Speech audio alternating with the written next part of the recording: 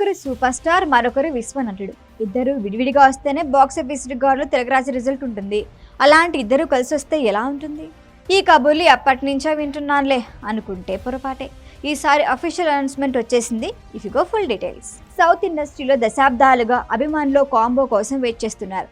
Career ఆరంభంలో ఇద్దరు కలిసి నటించిన సినిమాలన్నీ బ్లాక్ బస్టర్ హిట్ అయ్యాయి.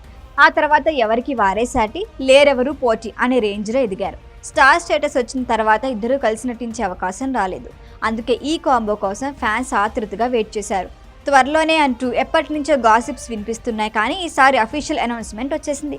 పైగా ఎవరో చెప్పటం కాదు, రజనీకాంత్ కుమార్తె సౌందర్య, కమల్ హాసన్ కుమార్తె శృతి హాసనే ఈ వార్తను ధృవీకరించారు. చెన్నైలో జరిగిన ఓ అవార్డు ప్రదానోత్సవంలో పాల్గొన్న సౌందర్య, శృతి హాసన్ ఇద్దరు ఈ ప్రాజెక్టుపై రియాక్ట్ అయ్యారు. కమల్ హాసన్కి చెందిన రాజ్ కమల్ ఫిలిం ఇంటర్నేషనల్ పతాకంపై మూవీ నిర్మితమవుతోంది. ప్రస్తుతం ప్రీ ప్రొడక్షన్ వర్కులు సాగుతున్నాయి. త్వరలోనే పూర్తి వివరాలతో అధికారిక ప్రకటన ఉంటుంది. గతంలో ఓ వేదికపై మాట్లాడుతూ త్వరలోనే మేము ముందుకొస్తామని కమల్ రజనీ చెప్పడంతో ఈ వార్తలు ఊపందుకున్నాయి.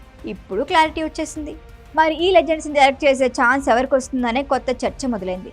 లోకేష్ కనకరాజ్ అని కొందరు, నెల్సన్ దిలీప్ అని మరికొందరు అంటున్నారు. ప్రస్తుతం రజనీకాంత్ జైలర్ 2 ప్రాజెక్ట్తో బిజీ. అది పూర్తవగానే నెల్సన్ వీరిద్దరి కాంబోలో మూవీ తెరకెక్కిస్తారని టాక్. మరొక వైపు విక్రమ్ మూవీకి సీక్వెల్గా రాబోతున్న సినిమాలో లోకేష్ ఇద్దరు డీల్ చేస్తారని డిస్కషన్ జరుగుతోంది.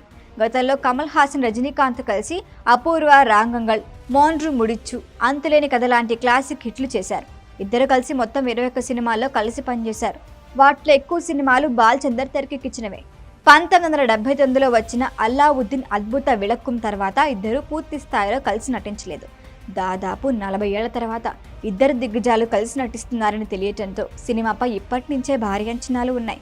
2026 ఆగస్టు నుంచి షూటింగ్ ప్రారంభం కానుందని సమాచారం. ఈ వీడియో కనుక మీకు నచ్చినట్టయితే లైక్ చేయండి, షేర్ చేయండి, సబ్స్క్రైబ్ చేయండి. అలాగే పక్కనే ఉన్న బెల్ ఐకాన్ని క్లిక్ చేయండి.